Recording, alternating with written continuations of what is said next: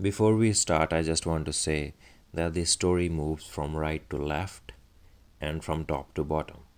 You can see the indications in the pictures from 1 to 2, 2 to 3, 3 to 4. Right to left, top to bottom, right to left.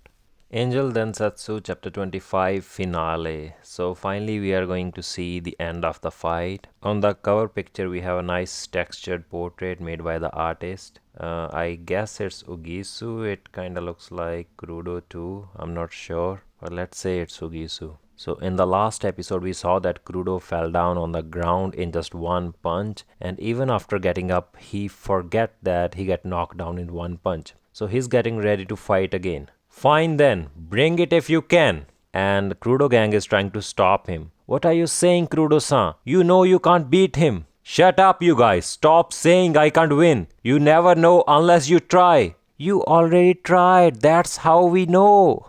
So Kurodo is not listening to them and he's saying, What? What are you guys talking about? Have you gone insane? You are the one acting weird, Kurodo-san. Don't you remember? Just being knocked down by that punch? Don't be ridiculous. How could a big guy like me get knocked out with one shot? Enough of this silliness. Oh. So Kurodo completely forgets about the situation and the Kurodo gang is thinking, he totally forget. That punch was so hard, it knocked his memories away. So Ugisu is getting ready to fight, thinking that Kurodo was just messing around before. Now let me see the power of this school's number one. Huh.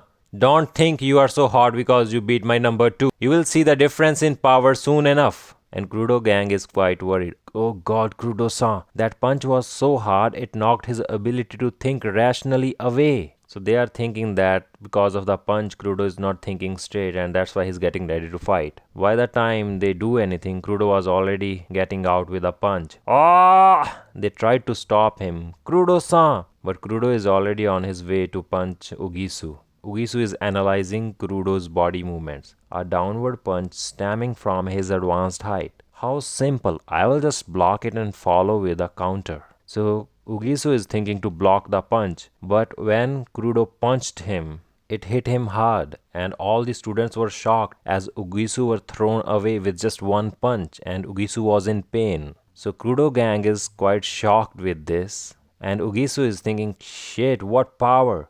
I knew he would be strong based on his size and height, but there's no reason to block in this situation. So we know that Kurodo is a big guy. When he punch at his 100%, it is quite impactful. That's why Ugisu is in pain. But Kurodo is not stopping, he's punching him again. Ahoo! Ugisu is trying to block, but it's hard for him to even block it. So Kurodo is punching Ugisu and the redhead is trying to run away and dodge every punch. So now Kurodo's gang is thinking, what the? Kurodo-san is pushing him back. What's going on? Oh, I see. Kurodo-san is tall and large by nature, and he has considerable strength. But he always lost his fight because of his timidity and tendency to panic. That one powerful punch knocked his normal thinking process totally out of whack, and it isn't coming back. With the fear of the opponent and awkward movements gone, Kurodo-san is actually portraying his true power. So they are saying that Kurodo is actually strong, but he never fights because he's a coward and he always tries to run from fights. So with Ugisu's punch, Kurodo forgets about his fear and is trying to fight hard. And he is giving hard time to Ugisu. Guarding is meaningless. Do I have to dodge every single punch? So Kurodo is charging at him and the crowd is thinking, wow, that old guardian is tough. The other guy can't even strike back. And Kurodo's team is also thinking, could this be what I think it is? So now Ugisu is coming up with a strategy. He's number 1 alright, but unfortunately for him, he's disregarding his legs. So Ugisu is a martial artist and he's trying to change his strategy. He observed Kurodo and thought that instead of focusing on punch, he should focus on legs. Ugisu kicked Kurodo on the knee. When Kurodo was to fall down, Ugisu punched him hard. So after receiving punch from Ugisu, Kurodo stands for a while. And Ugisu is thinking that, shit, this is where I totally put a rush on him. But the power he just showed keeps me from moving in. So Ugisu is thinking that this is the moment when he should strike at Kurodo, like he did on Kitano. But Ugisu is got little scared from Kurodo's power that he is not moving in to strike at him. So now they are just standing opposing each other and staring at each other. And Kurodo's gang is cheering him up. And when Kurodo's gang saw that he got hit, oh damn it, he took a hit. But that redhead is too scared of Kurodo-san to press him. This is our chance. Good Kurodo-san, you are still got the lead. So Kurodo is not doing anything, he's just standing and looking at what's happening around him. So now Kurodo's gang is saying, crap, oh no, Kurodo-san is back to normal. That punch knocked him back into sanity. Kurodo is also like, what am I doing right now? So now Kurodo is back to normal and he's not fighting. Why I am facing off against the ultimate human weapon? And why does it seem like I am fighting him alone? I even have a fighting pose.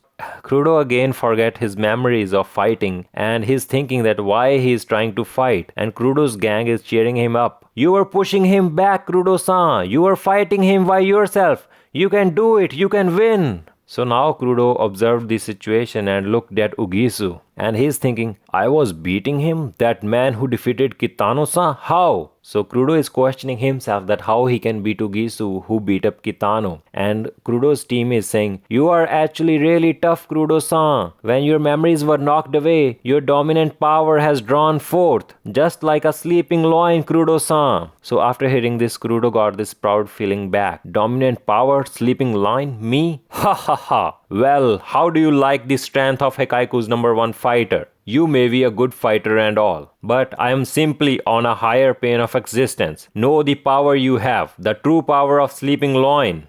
So Kurodo's gang is saying, wow, he's getting into it. Way to go, Kurodo-san. But after this, Kurodo got a punch on his face from Ugisu and was thrown back. So Ugisu is thinking, he got clumsy again. Did that other punch do the trick? Kurodo is getting up again. Holy fuck, he just knocked the shit out of me. What do you mean, sleeping lion? What kind of bullshit it is? Now Kurodo gang is again in trouble. No, this is what he's like when he's sane. Might be one of the reasons for Kurodo-san's easygoing arrogance. So Ugisu is going to charge at him again. So now Kurodo gang realize that Kurodo is still normal. And Ugisu is coming at them again. And Ugisu is thinking to get him now while his legs are down. I can't let this opportunity to attack pass. Kurodo is panicking again. He's coming. What should I do? So Kurodo's gang is thinking, well, this fight is pretty much over. The only way for us to win is if we knock up Kurodo-san and makes him tough again. So Kurodo gang is thinking to punch Kurodo on the head and bring the strong Kurodo back. Ready, set? So when they are getting ready to punch Kurodo, they heard this scream, Kiya, coming from somewhere. Ugisu is also get alarmed and all the students are looking at it. It's Kitano. He opened the door and he's screaming. So in the scream he's saying, no, you must not strike back, Kurodo-san. So Kitano is trying to stop the fight. And he still has all the bandages on his face and he looks pretty scary in this. Now everyone is looking at Kitano. What? Kitano-san? And Kitano is thinking, oh good, it hasn't turned into a fight yet, it seems. And all the students are getting scared. It's Kitano-kun, he's all roughed up.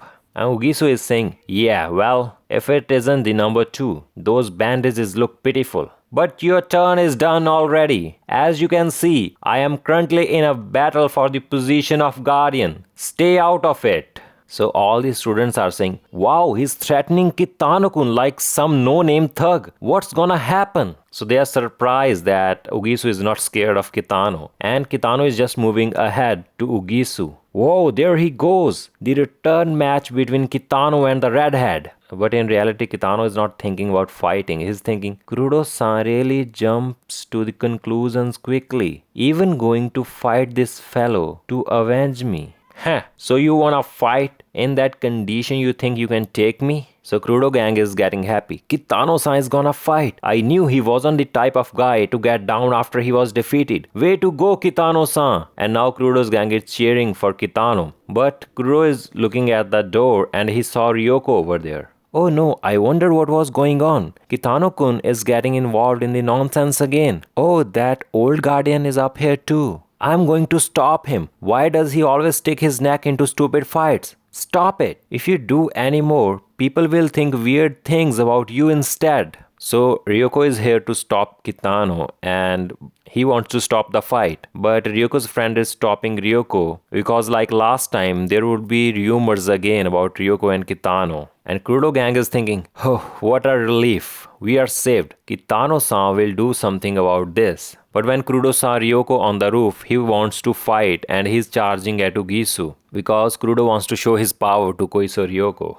So Kurodo is charging at Ugisu and thinking, no, that can't happen. I must defeat that boy to curry the favor of fair Koiso Ryoko. Now I can do it. Now while his attention is taken by Kitano-san. So Kurodo is getting ready to punch Ugisu and Kitano is looking at it. So Kitano started screaming and in the scream he's saying, it's all my fault. No, Kurodo-san. So Kitano started running towards Kurodo to stop him from hitting Ugisu. And Ugisu is getting scared from Kitano that why he's approaching him. So now Ugisu is standing in the middle and Kurodo is coming to punch him while Kitano is coming to save him from Kurodo. Everyone is so shocked. Ryoko, her friend and all the people. And even Takeshi is here on the roof now. Kitano is screaming Kia and charging towards Kurodo. He wants to save Ugisu but Ugisu didn't know about it. And Ugisu is thinking, talk about a sore loser. I can see exactly what you are going to do. Ugisu is thinking that Kitano is coming to punch him and that's why he's observing Kitano's movements to hit him back. And while Kurodo is thinking, yes, he's entirely focused on Kitano-kun right now. I can do this. Even if this mighty warrior defeated Kitano-san, a speedy, powerful sneak attack like this. So now Kurodo is getting close to Ugisu. At the same time, Kitano is getting close to Ugisu. And Kitano is thinking, oh no, I won't make it in time. Faster. I must go faster. So while Kitano is getting close to Ugisu, Ugisu is thinking, those direct movements are your weak point. It's so easy to make a counter. So Ugisu is thinking that Kitano is coming to punch him and that's why he tried to counter Kitano with a punch. But Kitano vanished in the air. Actually, Kitano was so fast that he dodged the punch and get close to Ugisu's body. While Ugisu is also close to punch him. So all of this happened so fast that Ugisu has no time that what's happening. And Kitano is thinking, I won't make it. I can't get in between him and Kurodo-san. But for Kurodo-san's sake, I can't let him hit the boy. So what Kitano really wants to do is to get between Ugisu and Kurodo to stop the fight. But now Kitano is thinking that Kitano is not that fast to get between them. So he don't want Kurodo to hit him. And that's why Kitano hit Ugisu with his double palmed attack and send him flying. Kurodo is standing there with a punch while Ugisu is in the air flying. Everyone has their mouth wide open and they all are shocked that what's happening. All the students, Koiso, Ryoko, Takeshi and even Kurodo is shocked. And the redhead Ugisu fly away from Kitano and fell down on the floor. He flew quite a distance.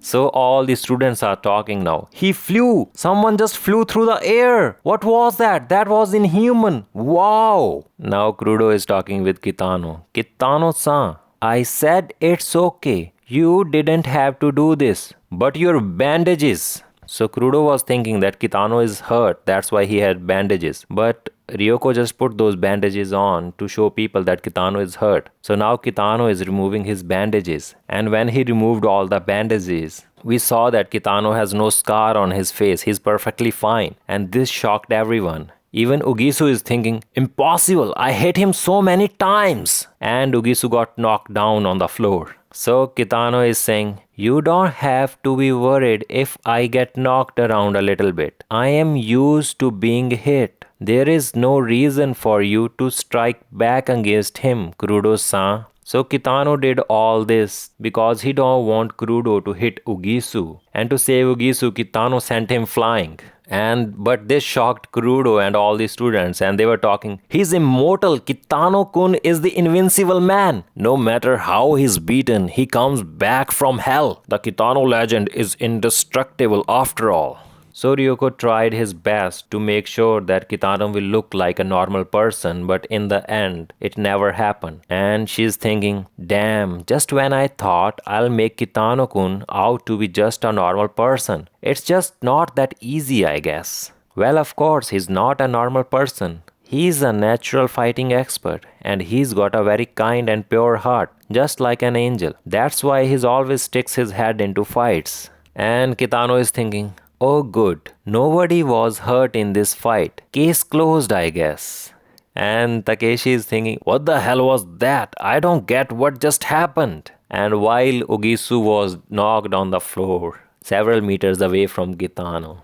This is the end of the episode. So finally we saw that what happened in the fight. Finally Kitano wins the fight and once again he has the title of the Guardian. So on the last page, so I'm gonna read what the writer writes about this. Lately my assistants have been watching MTV all the time when I'm doing the pen lines. So I only listen to my own CDs when I'm drawing the rough draft sketches, and not all the time like I used to. Rental CD shops won't just lend out Western CDs right away anymore. And since it sucks to buy one by a band you never heard of, and it turns out to blow, my number of dubbed cassettes has not been on the rise. As usual, my tastes run to German metal and speed metal. So if you have any good recommendations, please write and let me know. So this is something written by Norihiro Yagi. He wanted some recommendations for music while he was working on Angel Densetsu. So this is the end of this chapter. We finally see the fight we all are waiting for. And now I will see you guys in next episode.